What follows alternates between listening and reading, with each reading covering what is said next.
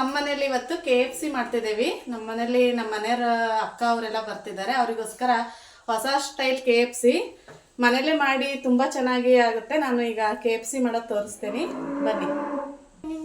ನಾವು first time KFC ಮಾಡ್ತಿದ್ದೀವಿ. ಮನೆಯಲ್ಲೇ ಮಾಡಿ ಹೆಲ್ದಿ ಥರ ರುಚಿಯಾಗಿ ಚೆನ್ನಾಗಾಗುತ್ತೆ. ಈಗ KFC ಮಾಡೋಣ. ಅದಕ್ಕೆ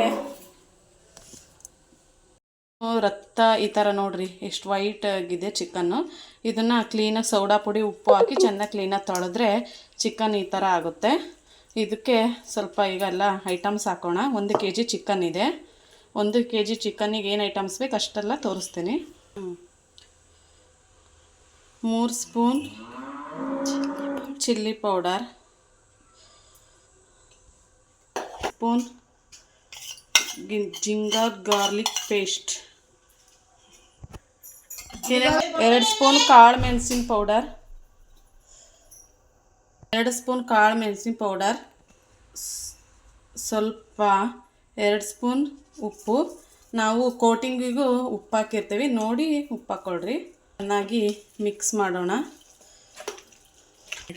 ಚೆನ್ನಾಗಿ ಈ ಥರ ಮಿಕ್ಸ್ ಮಾಡಿ 1 ಅವರ್ ಇಲ್ಲ 2 ಅವರ್ ಫ್ರಿಜ್ ಒಳಗೆ ಇಡಿ.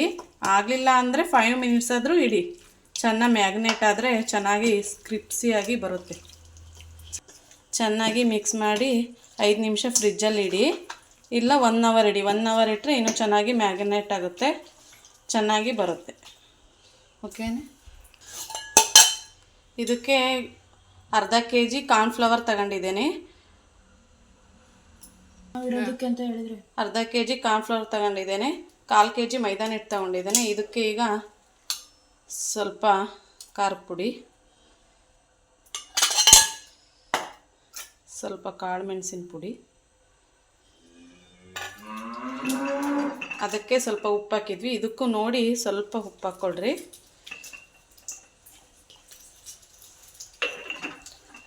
ಚೆನ್ನಾಗಿ ಮಿಕ್ಸ್ ಮಾಡಿ ಇಟ್ಟಿದ್ದೇನೆ. ಬಟ್ಲಲ್ಲಿ ನೀರು ಹಾಕಿ ಅದಕ್ಕೆ ಐಸ್ ಕ್ಯೂಬ್ ಹಾಕಿದ್ದೀನಿ. ಇದನ್ನು ಮೈದಾ ಕಾರ್ನ್ಫ್ಲವರಲ್ಲಿ ಮ್ಯಾರಿನೇಟ್ ಮಾಡ್ತಿದ್ದೀನಿ. ಈಗ ಇದು ಐಸ್ ಕ್ಯೂಬಲ್ಲಿ ಹಾಕಿ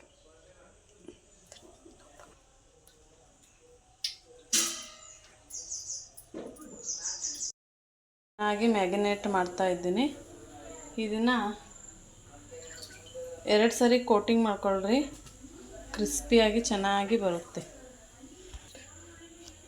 ಸಣ್ಣ ಉರಿಲಿ ಬೇರೆ, ಸಣ್ಣ ಉರಿಲೇ ಬೇಯಬೇಕದು.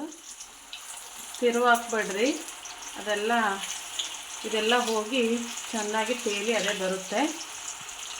ಚೆನ್ನಾಗಿ ಫ್ರೈ ಆಗ್ತಾ ಇದೆ. ಗೋಲ್ಡನ್ ಕಲರ್ ಬರೋವರೆಗೂ ಅದನ್ನು ಚೆನ್ನಾಗಿ ಫ್ರೈ ಮಾಡಿ.